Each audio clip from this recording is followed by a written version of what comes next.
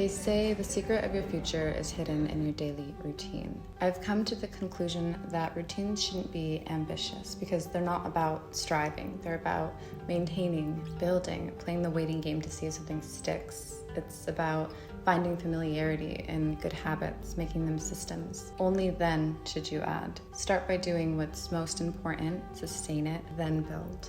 With grace, of course, as always. This is never a color I would have gravitated towards in the past, but it'll do for today. This is a bit harsh. I'm just recording on my iPhone.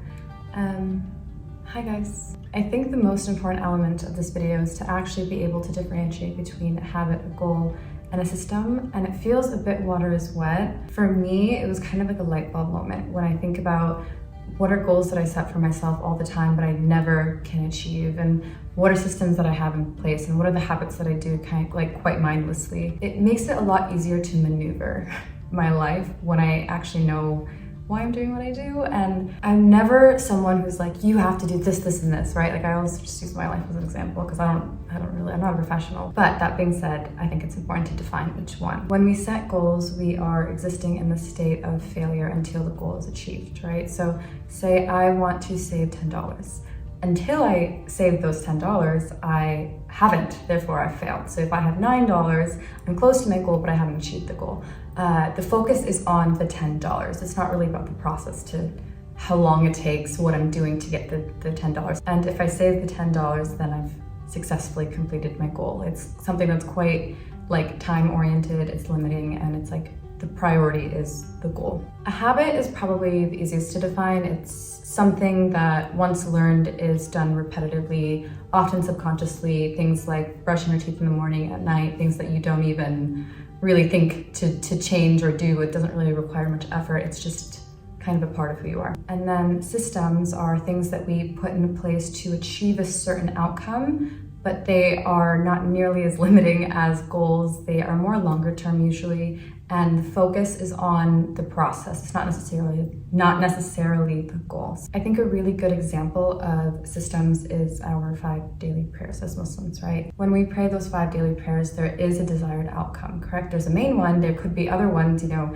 for ourselves. It's our peace, it's our ease, it's taking us away from dunya. Like there are many reasons, but the desired outcome is one. It is a system that's so graceful because as long as you're alive, you can't fail.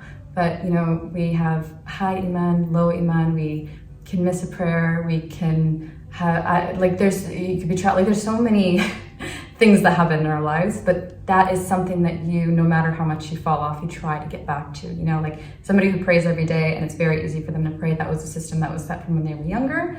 Mashallah, someone who's never prayed, maybe they're trying to get like one prayer a day, and maybe someone doesn't wake up for Fajr and they're like, okay, now I'm gonna try to wake up for Fajr every single morning and like build on it, right? Like it's something that can be built, constantly improved, and like no matter how far back you go, like you can always come back, you know? So that is probably the biggest, easiest example of a system. To me, the main difference between setting goals and systems is goals are great, but they're a bit limiting, short-term usually, and I don't really want to exist in this state of failure until I achieve the goal. Whereas a system is more tied to core beliefs and the actions themselves than the goal. Another example for anyone who's not Muslim, maybe didn't grasp that, is say the Olympics, which just ended. Say my goal is to achieve a gold medal. And my entire life revolves around training for this gold medal. If the Olympics happen and I do not get that gold medal, you know, like why was the focus on the medal, was the focus on getting better? Which actually, I'm realizing now I can't use an example because I don't really understand, like you get paid for medals, but not really. But like, do people do it for the love of the sport? Wow, I'm realizing I'm not really good at conclusions. Like I don't know how to end things, which is actually quite natural to who I am. Take 2. 1, 2.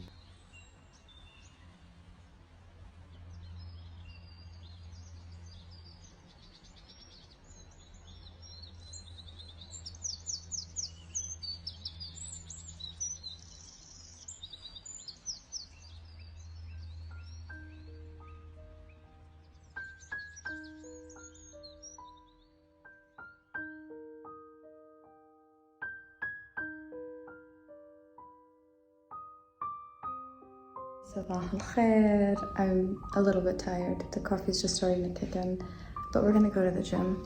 And my biggest pride and joy and happiness and blessing and success in life right now is being able to just wear an abaya and have an all-girls gym. And I feel like that's like, it's so precious to me. I don't even want to, like, it's so, everybody say mashallah. It's too early to speak, but I'm trying to have more protein. I think when I actually learned how much protein you're supposed to have in a day, I like almost died. I was like, how is anybody consuming that much protein? This is great. I love Greek yogurt. It's like so easy and efficient and quick. But this has 27 grams of protein. I really love it. So I ordered like 5 million of them. I love when things are easy. And now I'm like, okay, that's doable. I can have more protein in a day. I wonder if that will solve all of my problems in life. Anyway, I'm gonna go down to the gym. Bye.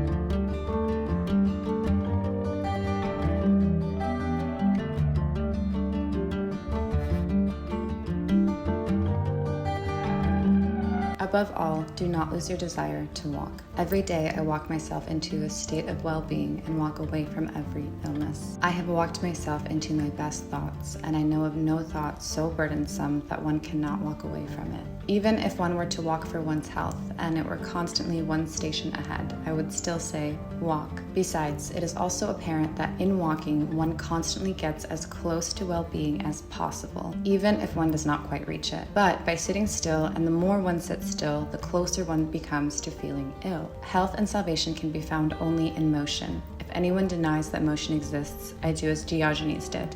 I walk. If anyone denies that health resides in motion, then I walk away from all morbid objections. Thus, if one keeps on walking, everything will be all right.